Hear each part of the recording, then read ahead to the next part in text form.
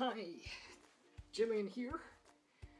Welcome to the build along video for the Pencil Quiver, which is one of these.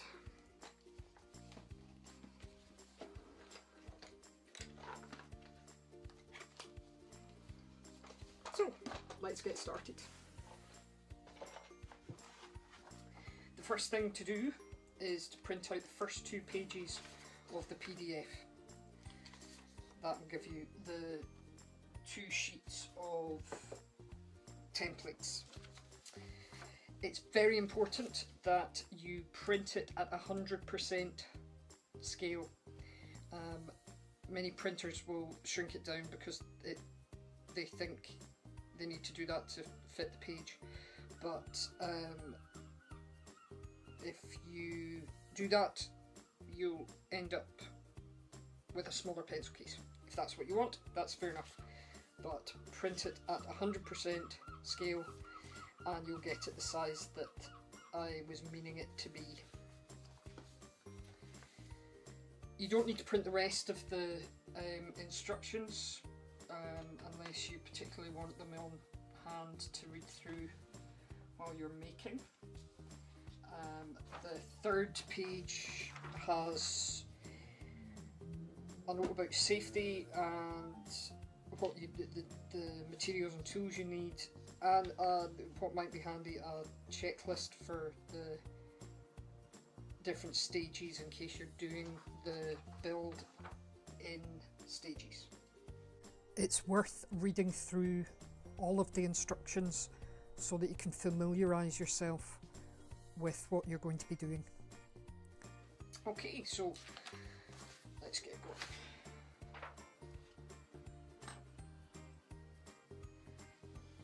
To fit it onto a page that can be printed at home, I split the template for the body into 2 parts.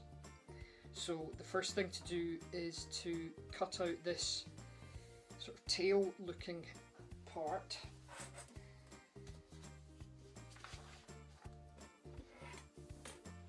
To glue it to the other part before gluing it onto some supporting thicker paper or card. Now, one of the tips that I've included in the pattern about cutting out is that when cutting an inside corner, don't be tempted to cut into the corner and then turn and go round, because this you risk over cutting, and when you're cutting leather it can be quite easy to overcut. So go from the inside corner and out the way.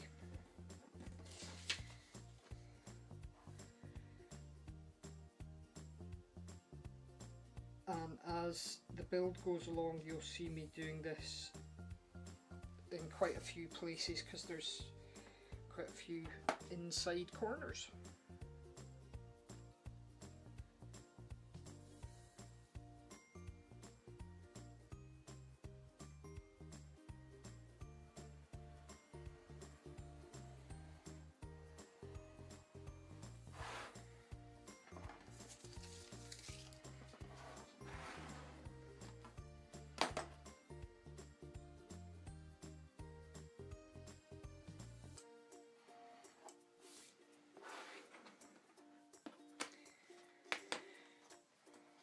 Right, so the idea is apply glue and line these up, and to do that it's better to take it to just past these holes. So basically the edge of where the lines are printed.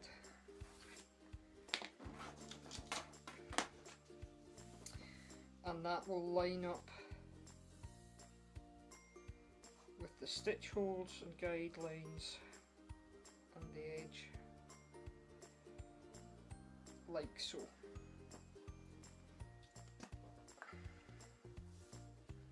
So use whatever paper glue you prefer. I find this quite handy because see where it is, and then it goes clear after time in there.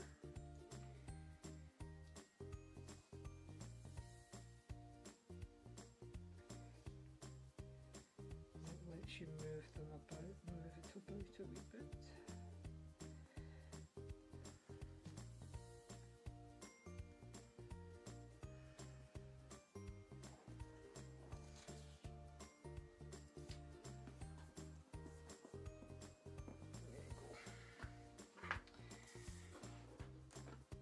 So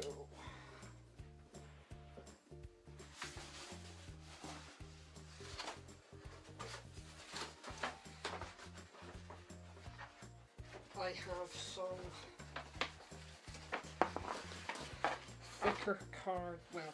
thicker paper here that I use for templates, and just going to position that roughly on here.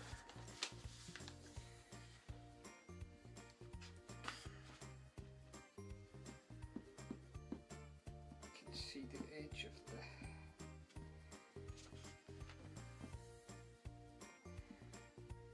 template.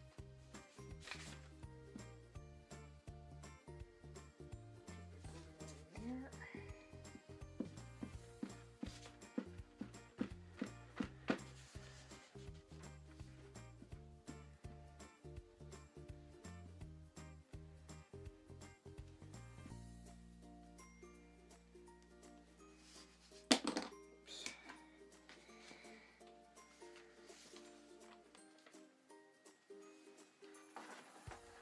Right, so now to get it.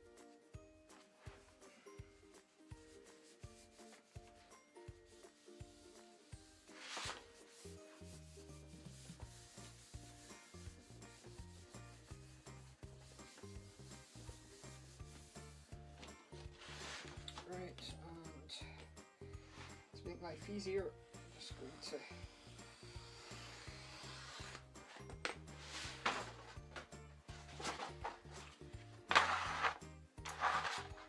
so it's advisable to have the card flat. I could have done with unrolling this and putting it under books last night, and also not have creases, because that can change the line of things. Having said that, a cereal box flattened out can also do just fine. If you just take care to flatten its creases, then they won't cause you any bother.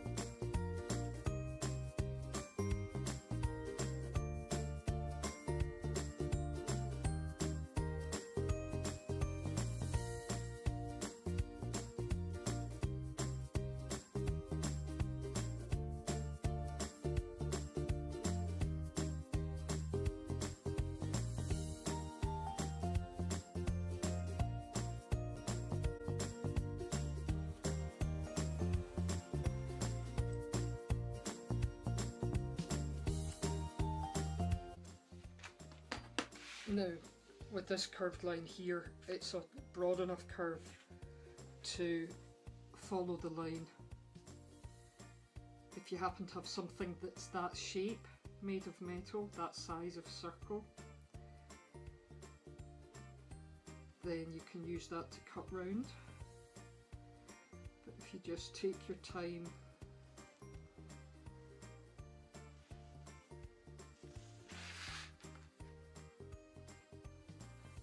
and move the piece that you're cutting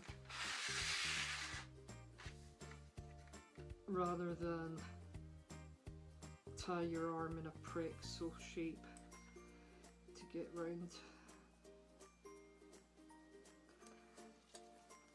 And if you take your time at this stage, it's worth it because you'll end up with a better template and that will last you longer. And you can make more pencil cases from it.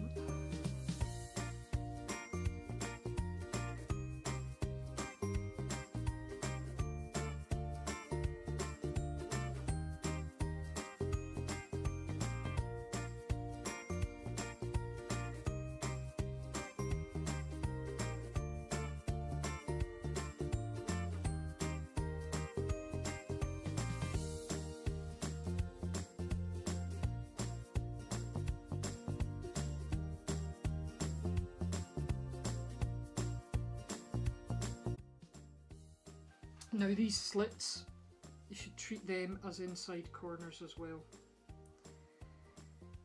So you come down from that corner, down from that corner, down from that corner, down from that corner.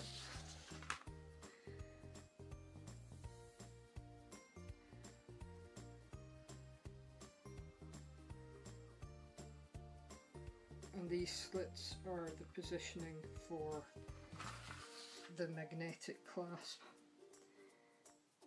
And I find with it, if you just push down with the tip,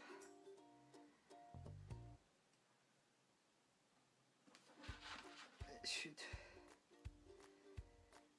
come out okay.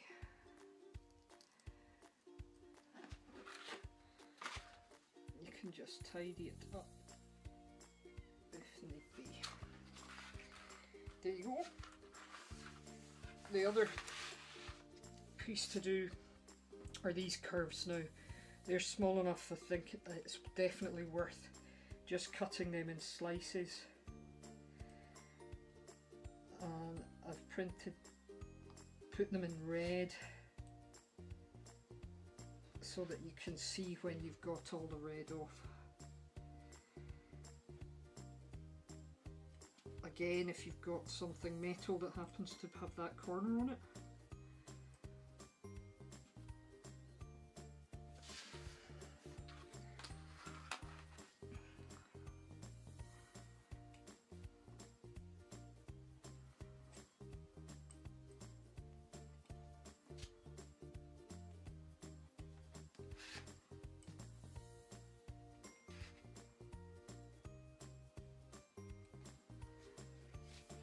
now if you look at that in front of something white, you'll see you've got all the red off, and you can check the shape of the cut.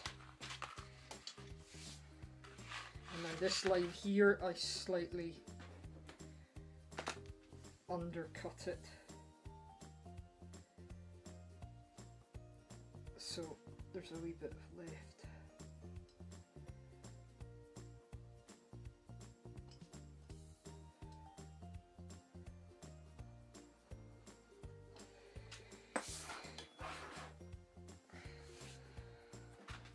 Just check round, see if there's any other edges. I think this one's a bit wide of the line.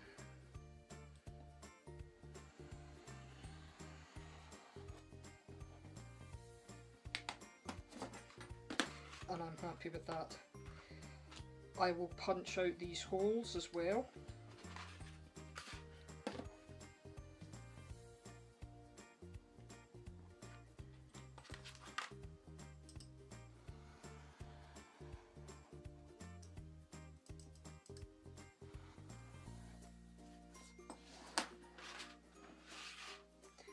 do all the pole punching after I've done the rest of the templates.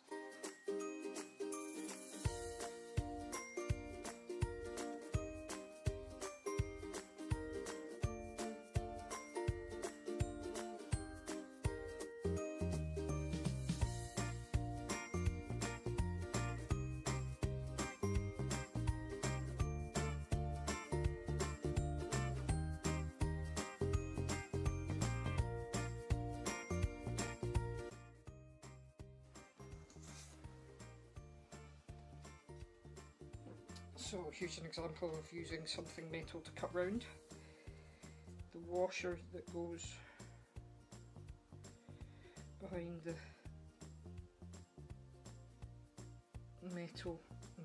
magnetic clasp is perfect for cutting this hole. So just take your time.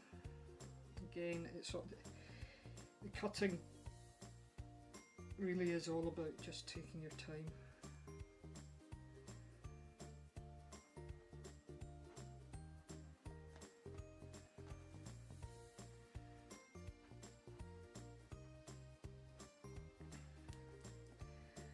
Keep your fingers out of the way.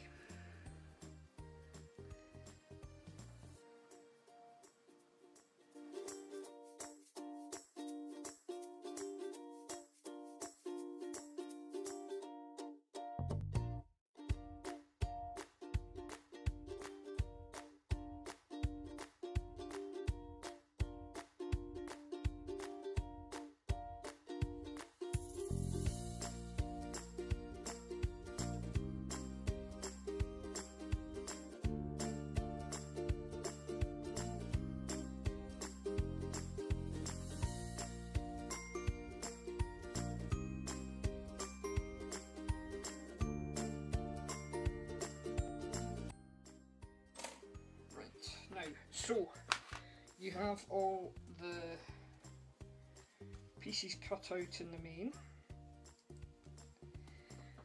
and now I prefer to take the extra time to punch these holes so that when you're punching into the leather you're not having to punch through the card as well. So I use a piece of end-grain wood as an anvil for this, and we'll just put these aside just to not clutter things up.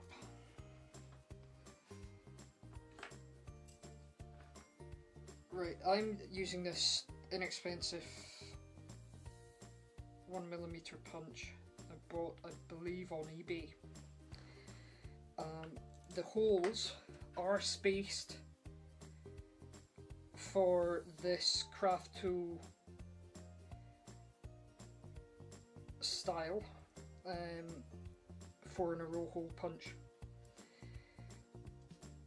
I haven't used this very much yet, so we'll see how we go with it. The punches themselves are loose in this, so I did sort of test run on, let me see where I put it.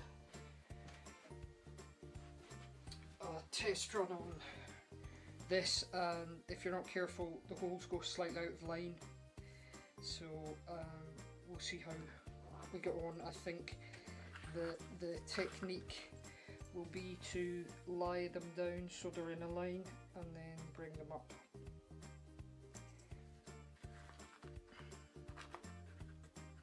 In fact, I'm going to do a test on this through paper and card because I haven't used it before. So lay it down.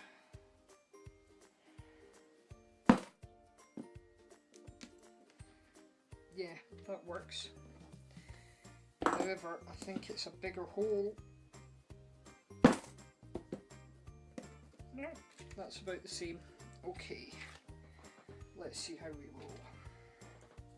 So another option with this is to use leather as a piece of scrap leather, and that lets it go through the page and cut out a nice hole. So let's go with that and see how we get on.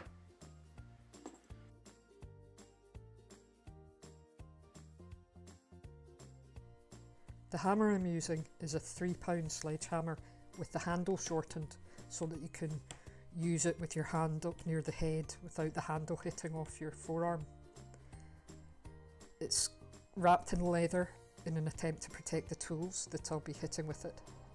And I like it because with its weight I can lift it and the weight does a lot of the work for me.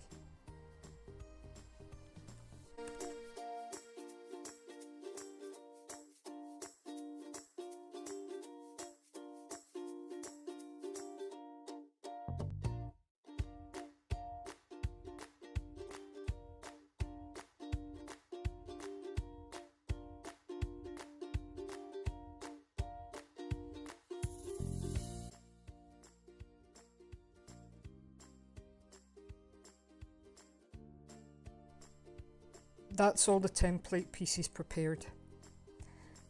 The next stage, which I'll cover in the next video, is cutting the pieces out of leather.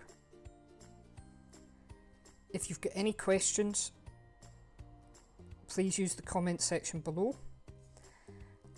and in the video description I'll be adding a link to where you can get the PDF of the pattern once I've got it up on my website. Thanks for watching.